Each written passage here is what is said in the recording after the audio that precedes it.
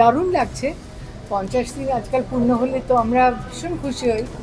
তো আমাদের ছবিটা যে একটু অন্য ধরনের ছবি, বুড়ো বুড়িকে নিয়ে, তার সত্ত্বেও লোকের এত ভালো লেগেছে, সেটাতে ভীষণ ভালো লাগছে।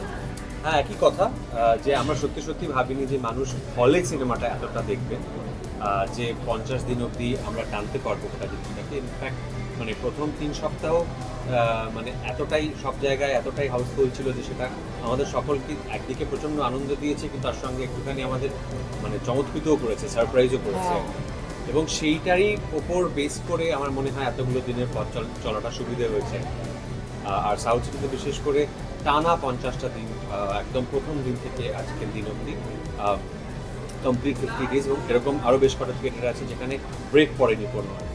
তো 28 মার্চ থেকে ছবিটি হইচইতে স্ট্রিম করতে আরম্ভ করছে। তো তার আগে আমাদের মনে হলো যে আমি আর রিনাদি যদি একবার আসতে পারি দর্শকদের সামনে, তারা এত ভালোবাসা দিয়েছেন আমাদের সকলকে, এবং আমাদের বিশ্বাস যে যখন হইচইতে ছবিটি দেখানো আরম্ভ হবে, আর এই মাত্র কয়েকদিন পর থেকে, এক সপ্তাহ পর থেকে, তখন মানুষ আরও আরও আরও ছবিটি দেখবেন, এবং যারা দেখে উঠতে পারেননি বা যারা বিদেশে থাকেন, যারা অন্য দেশে থাকেন, অন্য শহরে থাকেন, যারা দেখে উঠতে পারেননি, তারা দেখতে পাবেন।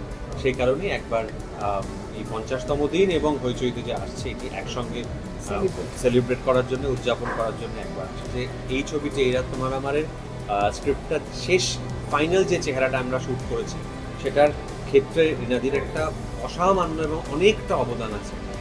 তো সেই কারণে সত্যি সত্যি যদি রিনাদি একটা যদি গল্প ভেবে দেন এবং সেটা যদি আমরা করতে পারি, তার থেকে ভালো কিছু হবে না।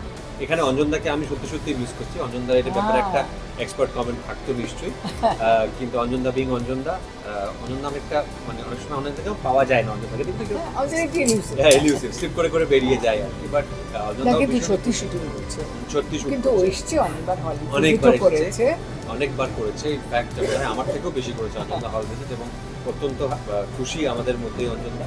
আপনাদের সকলকেও অনেক অনেক ধন্যবাদ আজকের এই খুশির মুহূর্তটা আমাদের সঙ্গে এসে শেয়ার করতে পারছেন। চিরঞ্জিতের রিপোর্ট, এস নিউজ।